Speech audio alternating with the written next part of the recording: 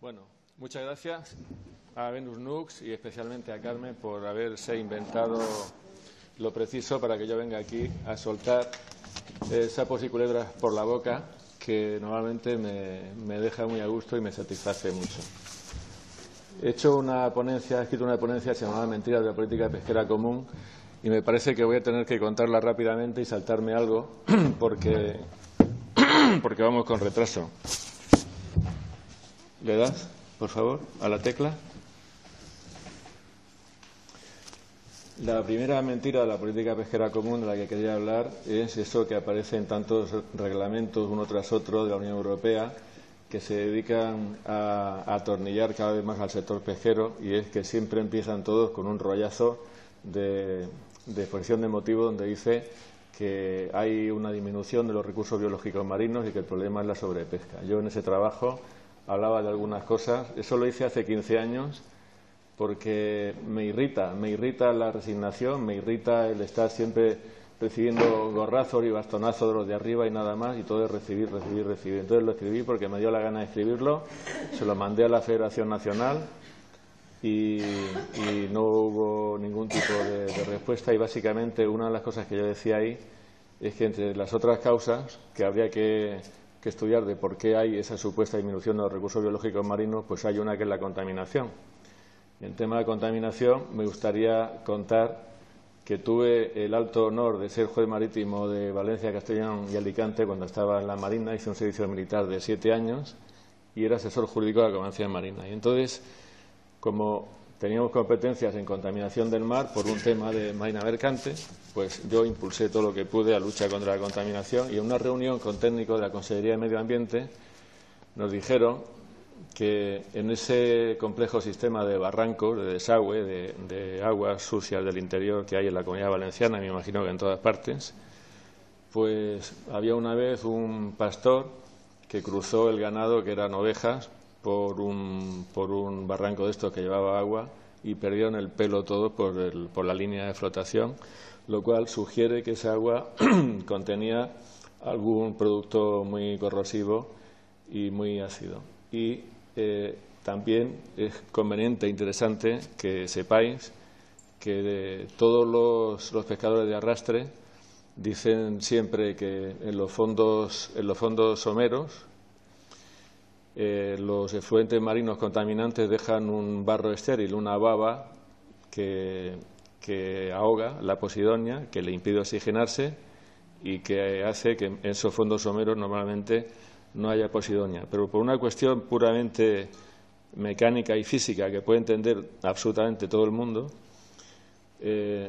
hay un factor que es el factor de turbidez del agua. La turbidez del agua es uno de los parámetros que se utilizan para evaluar la calidad de las aguas, y hay un instrumento técnico que está recogido en órdenes ministeriales para medir la turbidez, que se llama el disco de Secchi. Pues cuando las aguas están muy turbias, sin necesidad de que tengan productos corrosivos, no los tengan,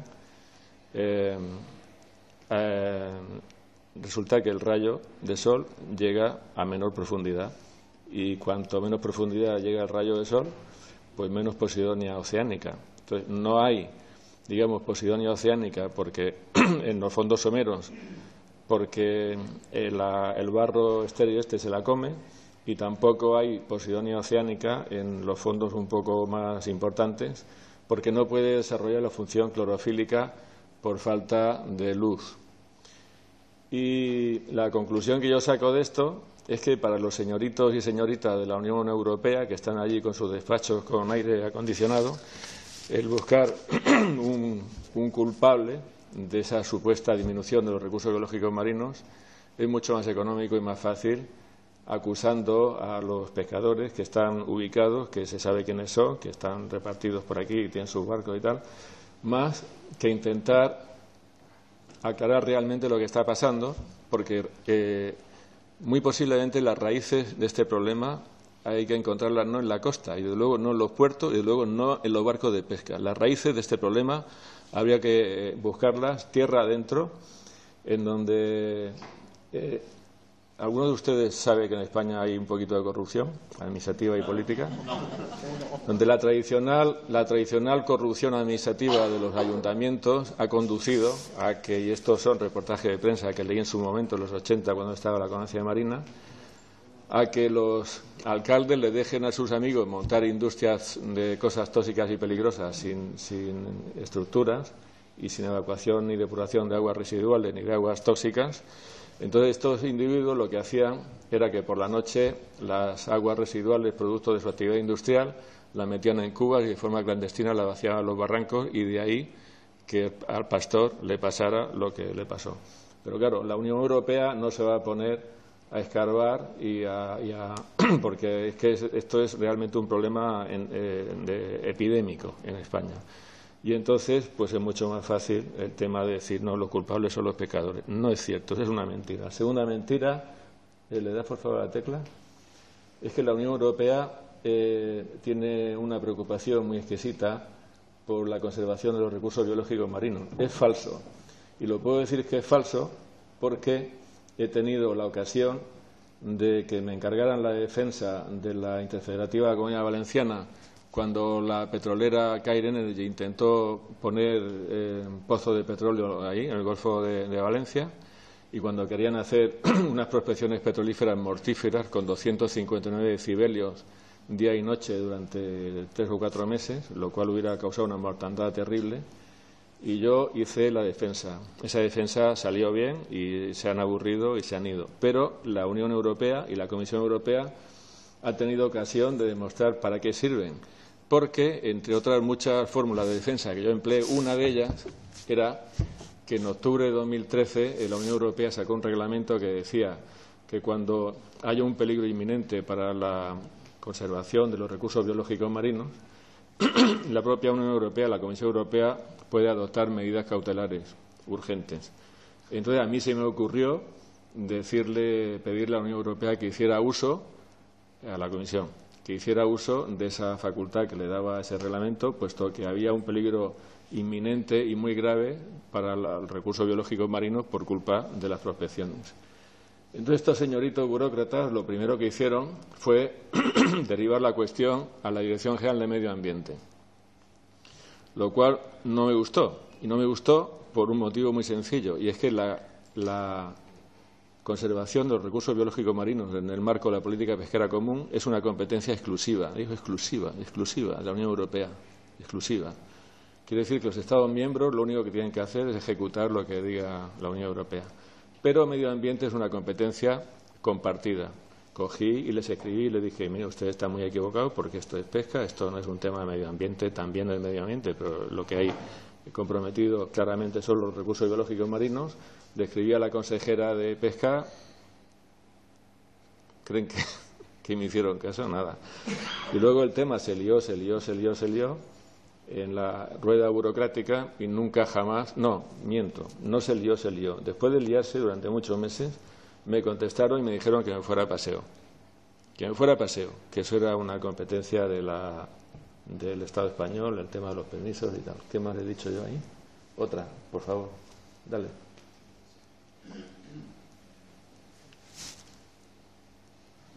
Esta es una mentira oficial que no es de la política pesquera común, pero sí es una mentira de los de arriba. A mí me causa cierta repugnancia cada vez que veía, ya no sé si sale, el eslogan ese de pescado de granja, de pescado de confianza, porque el pescado de granja tiene muchos problemas por definición y por los procedimientos que se siguen para ponerlo a la venta.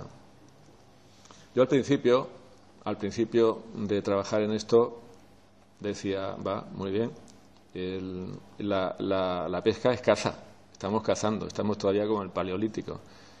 Y cuando se empezó a cultivar y se empezó a ver ganado, pues la humanidad dio un paso adelante, no sé si adelante o atrás, pero un paso era el paso del Paleolítico al Neolítico, ya ha llegado el Neolítico a la pesca. Pero eso tiene un problema. Y ese problema es que si nos podemos imaginar cómo nos pondríamos nosotros de tensos si nos meten a 20 en un ascensor de estos del hotel, a 20, o a 15 es igual. Pues claro, eso produce cierta tensión. Lo mismo les pasa a las doradas que están no sé cuántos 1000 millones en las jaulas. Y esa tensión les produce una atenuación del sistema inmunológico que es caldo de cultivo para las infecciones y para las enfermedades. Y para prevenir eso, pues con el pienso los granjeros marinos le mezclan antibióticos, al margen de que el pienso tenga antioxidantes, tenga conservantes y tenga estas cosas, pues vale, antibióticos. Entonces, cuando llega el mes de noviembre, vemos que el Ministerio de Sanidad hace una campaña y dice, oiga, usted no se automedique, usted no se autorrecete antibióticos, porque usted puede desarrollar un padecimiento gravísimo que es la resistencia a los antibióticos. Pues ahí lo tienes. Ahí lo tienes. El Estado te está diciendo, traga pescado de granja, y el pescado de granja, le demos las vueltas que le demos, hasta que no se refinen los procedimientos, tiene el inconveniente de que hay que darles antibióticos. Yo me conozco el tema porque cuando se hacía un proyecto de granja marina en la Comunidad Valenciana, pues yo iba a estudiarme en los papelitos del estudio de impacto ambiental. Y yo lo que he visto da miedo de leer y da miedo imaginar. Miedo, pero miedo.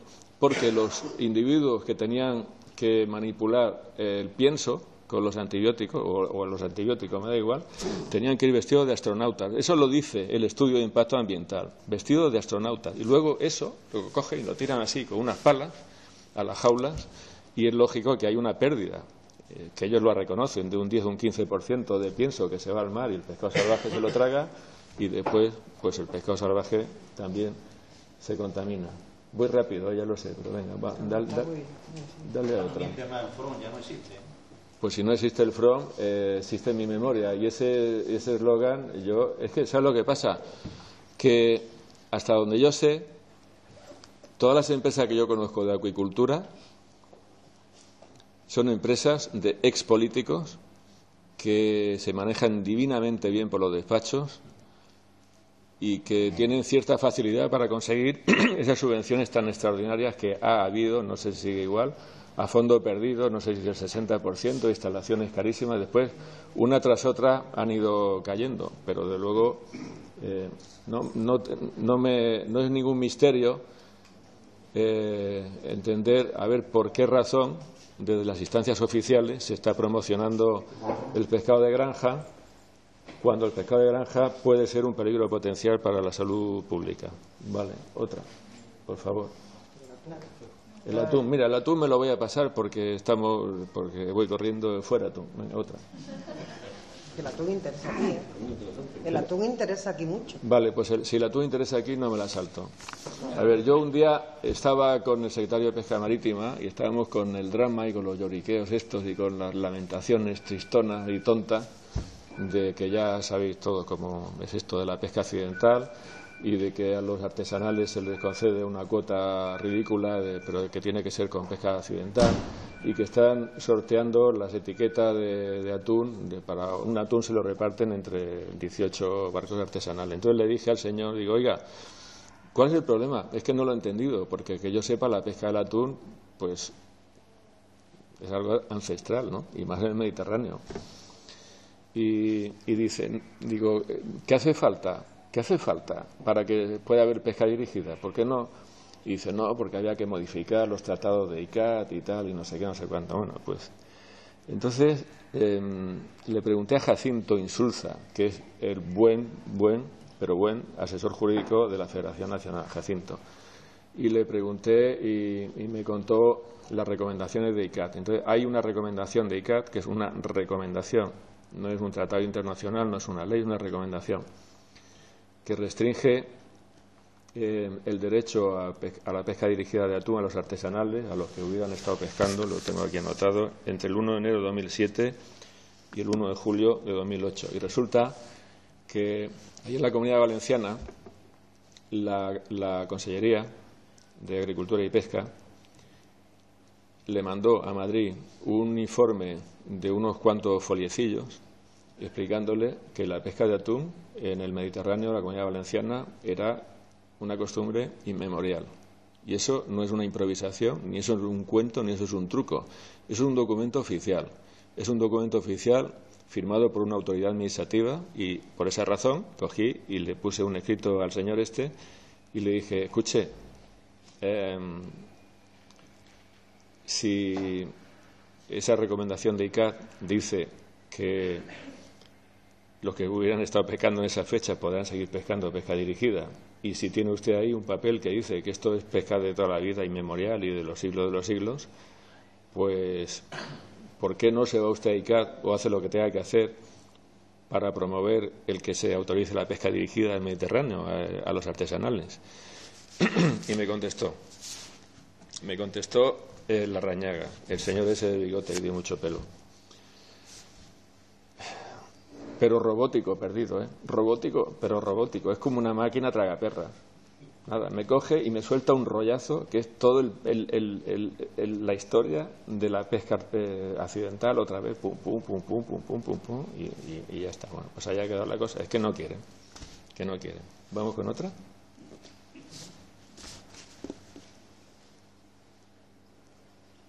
Este es mi tema favorito, el gran fraude de los descartes. Bueno, ya he dicho que a mí los lloriqueos me molestan mucho y me fastidian, y la resignación yo es que no la aguanto.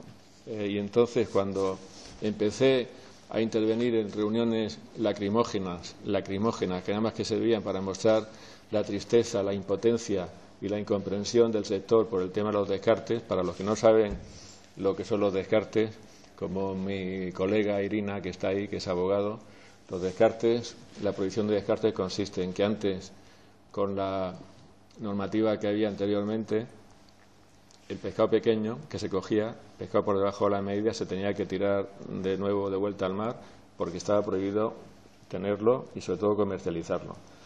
Bueno, pues cambió la norma y establecieron un giro radical que decía que el pescado pequeño no había que tirarlo al mar, sino que había que llevarlo a puerto y allí dedicarlo a cualquier cosa que no fuera el consumo humano. Y entonces estaba todo el mundo desesperado, desorientado, aturdido y atontado, porque, entre otras cosas, no hay instalaciones en los puertos para eso, y nadie sabe cómo se va a implementar una cosa así, y sobre todo nadie sabe cómo se va a financiar, y eso quién lo paga. Bueno, entonces, reuniones del rollo este, muchas, y penas y lamentaciones y aturdimiento, como he dicho, todas. Entonces, yo, como tenía alguna experiencia en el Parlamento Europeo, porque estuve allí dando un poco molestando con el tema de la ley de costas y conseguí que el Parlamento Europeo al final me diera razón, pues le escribí una carta a la ponente que llevó el tema, que es Margrethe Auken, que es un pastor evangélico de Dinamarca, que es eurodiputado de los Verdes. Porque tenía la sospecha de que aquí había un tema de los lobbies de los fabricantes de harina de pescado, porque si eso no se puede dedicar a consumo humano y te obligan a traerlo a puerto, realmente te están obligando también a vendérselo a estos industriales, pero al precio que ellos digan, porque es una obligación. Entonces le escribí una carta, y esa carta le mandé copia a la Federación Nacional, y un día me llama José Manuel Gil de Bernabé, que es el secretario general de la Federación Nacional, y muy amigablemente y muy en plan de compañero me dice que no, Ortega, no, que estás equivocado, que has metido la pata, no, es que Margrethe Auken es de los Verdes, pues no te va a hacer caso y tal.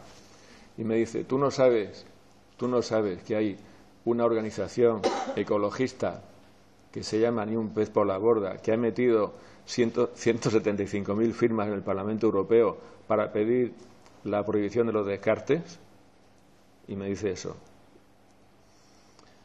Y bueno, yo digo, hostia, Ni un pez por la borda, asociación ecologista, esto no me suena. Si fuera Greenpeace o si fuera, es que no me suena esto.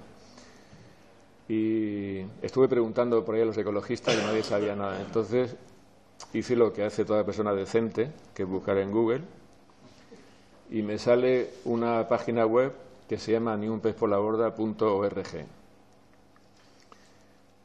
Y veo que desde ahí se ha lanzado una campaña de change.org pidiendo que se firme una petición y se mande al Parlamento Europeo una petición para que se prohíban los descartes con unos argumentos demenciales. Unos argumentos decían que era un derroche de alimentos, el devolver el pescado al mar, derroche de alimentos cuando se prohíbe el consumo humano. Entonces, digo, uy, porque claro, change.org, aquí los que tengan Facebook estaréis hartos hasta la coronilla ya de que llegan peticiones de todo tipo para la protección de los delfines, de los descartes, de las moscas, de todo. Entonces, que tenga tiempo, firma. 175.000 firmas.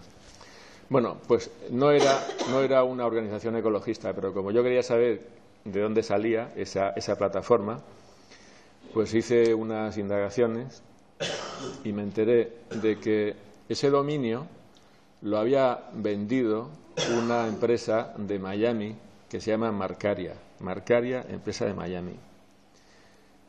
Y lo había comprado otra empresa que es ni más ni menos que una productora de Londres. Dale un poquito, que vamos a ver alguna. Dale otra. Eso es que me cojo carrerilla y me olvido la diapositiva. Eso es niunpezporlaborda.org y ahí hay la invitación a firmar la petición. Dale otra, por favor. Eso es, yo he puesto ahí que están utilizando las técnicas de economismo social expuestas por Arthur Hawker, que es un antropólogo británico que tiene un artículo que se llama sobre el economismo social, que cuenta, así para no hacerlo muy largo, que si tú quieres conseguir cambios sociales, tienes que conseguir que adopten esos cambios sociales aquellos a los que el pueblo tiene como modelos. Y entonces, haciendo uso de esa técnica, pues hay un montón de pedazos de artistas que todo el mundo sabe que son expertos marineros y expertos pescadores, como Nacho Duato, Miguel Bosé, Ana Belén y un montón de gente que no saben si el mar es verde o rosa y que dicen opiniones que no son autorizadas, pero con esto convencen a la gente. ¿Le das otra, por favor? Eso es la página de Kao Films. Entonces, tú dices, pero ¿por qué una productora de televisión de Londres se mete en esto? ¿No? Hay otra más de Kao, ahí, que son cosas que hacen para televisión, de programas. Tiene algunos programas de cocina también, pero no hay más vinculación. Bueno, y al final me di, escarbando, di con estos. IFO es una asociación mundial que agrupa a todos los fabricantes de transformación de productos de pescado y del mar del mundo, en todo el mundo.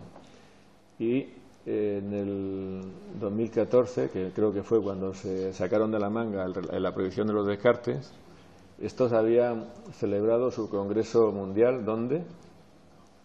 El congreso de IFO se hizo en Miami, casualmente. ¿Le das otra, por favor? Eso es... que no veo, Vale, eso es una editorial de la revista de IFO que está disponible en PDF en español. ¿Le das otra? Ahí donde pone que el congreso se va a celebrar en Miami, y si le das a otra, dale otra.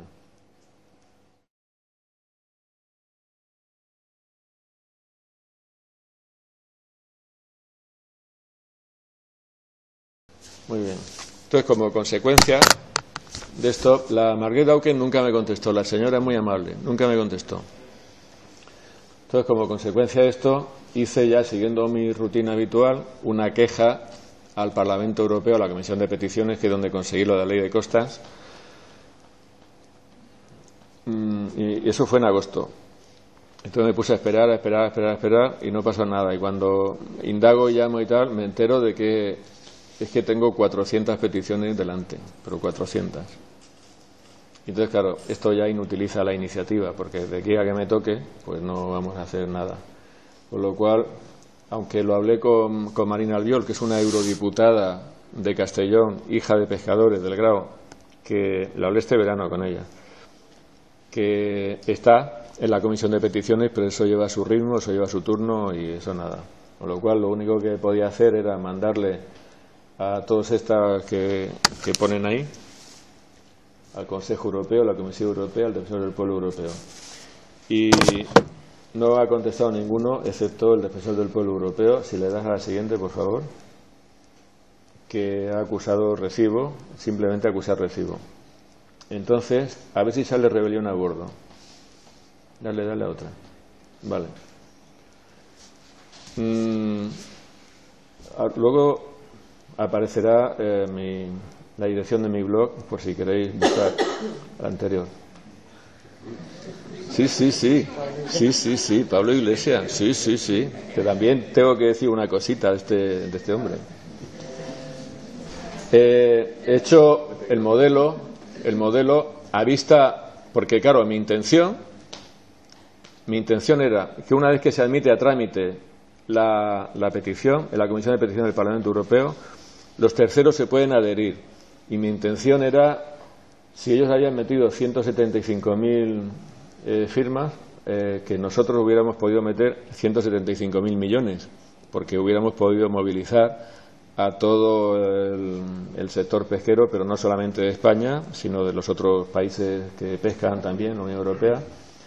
Entonces ahora mismo ya lo único que me quedó fue que eso lo publiqué y lo mandé como modelo a todas las cofradías que quisieran, y yo personalmente creo y pido que lo firmen las cofradías, que lo firmen las asociaciones, pero que lo firmen los pescadores a título individual y que lo manden,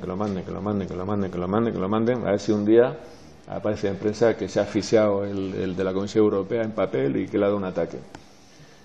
¿Le das a la siguiente? He puesto ahí a Pablo Iglesias porque este hombre recibió yo no se lo mandé porque yo no soy fan, pero un activista que me sigue mucho y tal, pues le mandó la queja cuando era eurodiputado y no hizo nada. No hizo nada. Ni contestar. Porque por lo menos contesta y dice, hombre, sí, pues esto es un tema que hay que ver, porque al fin y al cabo esto es una cuestión de las que se llaman técnicamente una intervención del nuevo orden mundial. El nuevo orden mundial es el término que se utiliza para hacer referencia al gobierno de facto de los poderes económicos. Y aquí se ha visto cómo han influido de forma brutal en la legislación de la Unión Europea. ¿Hay algo más? Sí, hay algo más, ¿no? Bueno.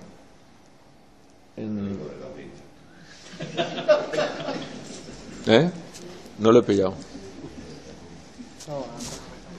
Ahí. Es que esto pasa a la siguiente, porque esto lo quiero dejar para el final. Somos muy tontos. Vale, somos muy tontos. Yo intervine el 9 de noviembre de 2006. Estaba Javier Garada allí de ponente en un congresillo en Castellón que se llamaba Firapesca, y allí expliqué algunas cuestiones que ahora sintetizo rapidísimamente en relación con los valores nutricionales de nuestro producto. Si entramos en un supermercado, ¿qué vemos? ¿Qué es lo que hay dentro del supermercado? Basura. Todo comida procesada, comida alterada, comida a la que le han quitado las vitaminas, le han quitado los nutrientes, le han quitado los minerales. ¿Qué es lo único que hay en un supermercado que no es basura? El pescado fresco del día, cuando ese supermercado tiene pescado fresco del día, porque si es descongelado y demás, pues nada. Tendríamos que ser capaces, porque tal y como están de duros y tal y como está la situación de que nos están atornillando más, la única fórmula que hay para que este sector siga vivo es que este sector tenga la capacidad de decirle a la sociedad y de trasladarle a la sociedad el mensaje de que estos productos alimenticios que estamos trayendo a puerto, que no están alterados, que no tienen química, que no están desnaturalizados y que además, si es pescado azul, tiene omega 3 también, pues hay que pagarlo más. Una de las cosas que yo decía en aquel congreso Esto lo leí, como le tengo afición a los libros de nutrición natural y todo esto, pues lo leí en un libro gordo, un alemán, que se llama Nutrición óptima para la mente. El omega 3 puede incrementar el coeficiente intelectual. El coeficiente intelectual todo el mundo pensaba que era fijo, no señor. No. Y, aparte de eso, la sardina resulta que tiene un componente que no sé, lo leí, pero no me acuerdo cómo le llamaba, que puede mejorar las funciones cognitivas en humanos, y este efecto se suma al efecto del omega 3. Y yo les llegué a proponer y a hacer una diapositiva así, con una marca de un producto que era un caldo congelado, un cubito que se llamaba Fuerza Mar, longevidad mediterránea para gente mayor, como reconstituyente, remineralizante. El agua de mar, sabéis que se está comercializando bastante cara, y eso pues también llevaría agua de mar. Y yo, conforme iba hablando, yo iba hablando como ahora, y yo sabía que no iban a hacer absolutamente nada, que es lo que pasó. Para eso hay que hacer un trabajo muy importante de divulgación. Ese trabajo muy importante de divulgación lo tienen que hacer nutricionistas que hablen en las radios, que se infiltren en la fila del enemigo y que cuenten que esto es así, que esto es así, que esto es así. Pero también hace falta la lucha casa por casa, la barricada, y eso les propuse que tenían que hacerlo mediante reuniones con amas de casa explicándoles esto. Y yo hice una que la tengo en YouTube y está por ahí, contando las cualidades del pescado fresco del día y sobre todo los horrores de todo lo que no es pescado fresco del día. Hice una, pero después eso ya se estropeó. ¿Le das atrás? Este señor es Rousseau. Muchos sabréis, habéis oído hablar todo el mundo ha oído hablar de la Revolución Francesa. La Revolución Francesa tuvo lugar en 1789 y significó el cambio de sociedad de un régimen de monarquía de derecho divino a un régimen democrático, en donde había reconocimiento de derechos fundamentales de la persona, había constitución, había limitación del poder ejecutivo, había separación de poder y todo esto. Bueno, uno de los tres filósofos, Voltaire, Montesquieu y Rousseau, que inspiró lo que luego cuajó en revolución, es este señor de Ginebra, Rousseau, y este hombre tenía un ideal. Para él, el ideal del ciudadano nuevo, que tenía que salir de la ceniza del antiguo régimen monárquico absolutista, era el pequeño productor, agricultor, independiente, dueño de la tierra, que se relaciona con el Estado sin intermediarios, refiriéndose a los gremios medievales, y que no tiene que bajar la cabeza delante de ningún señor ni de ningún amo. Porque este hombre sabía que la libertad política no es nada sin la libertad económica y sin la independencia económica. Y estamos en un momento que se caracteriza porque estamos saliendo de aquella primera concepción de la sociedad libre y de aquella primera idea de cómo tenía que ser una sociedad democrática, y estamos metidos ya muy de lleno en lo que he dicho antes, que es el gobierno de los poderes económicos y el gigantismo económico. Y yo creo que cada uno de los pescadores artesanales que hay dispersos por esos mares, y vosotros y los que no están aquí, son más antisistema, o soy más antisistema que Pablo Iglesias, porque el pescador que sale al mar en su barco y que va donde le da la gana, donde él cree que hay pescado, es la quinta esencia de la autonomía, la quinta esencia de la libertad y la quinta esencia de ese, y el último representante que yo creo que hoy podemos decir que existe aún, de aquel modelo de ciudadano ideal que quería Rousseau.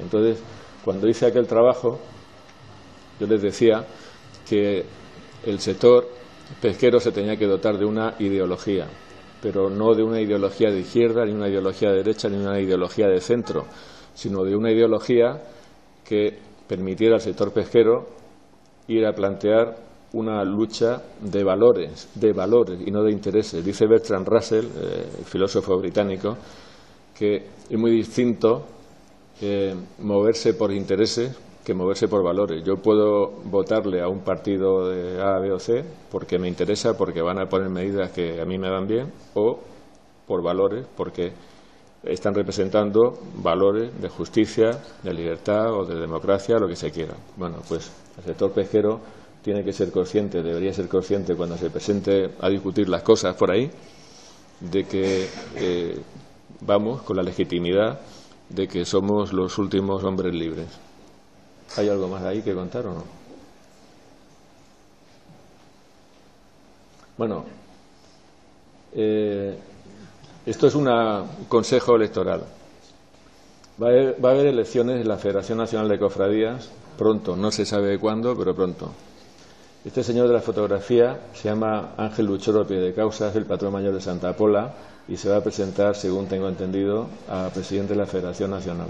He traído la diapositiva porque hay un armador de Santa Pola que en las últimas elecciones fue a pedir una copia del reglamento electoral, porque hay rumores, pero no confirmados, porque no se ha podido confirmar, que dicen que ese reglamento electoral es tan raro que si uno se quiere presentar para patrón mayor, tiene que decirlo o tiene que dejar constancia de ello en el momento de la convocatoria, de la presentación de la candidatura. Y eso yo no lo he visto en ningún sitio. Entonces este armador fue y pidió una copia del reglamento electoral al secretario. Y el secretario le dijo que ni hablar, que no le daba el reglamento electoral, que se lo podía leer allí en el acto, pero que no le daba copia. Y, por supuesto, que Ángel Luchoro Piedecausa sustenta la decisión y respalda la decisión del secretario. Yo no digo que no le votéis los que tengáis voto y estéis en la Federación Nacional, pero sí digo que pasó eso y que ese es el concepto de libertad, es el concepto de democracia que tiene Ángel Luchoro Piedecausa. Muchas gracias.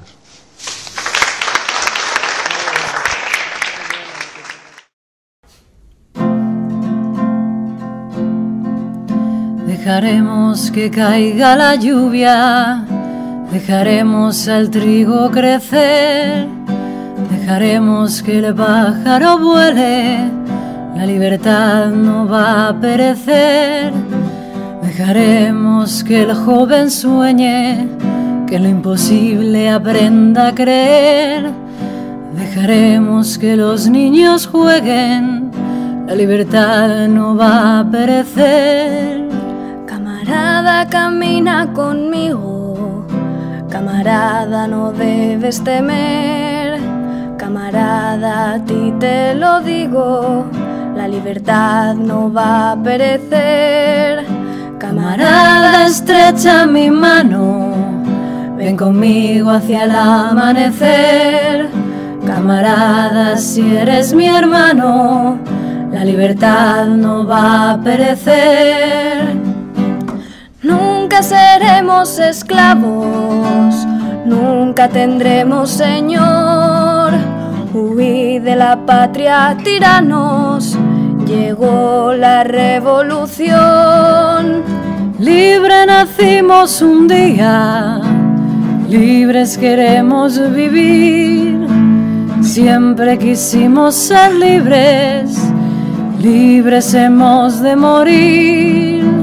La libertad nuestro don, la libertad nuestra fe, la libertad nuestro sueño, nunca, nunca podrá perecer.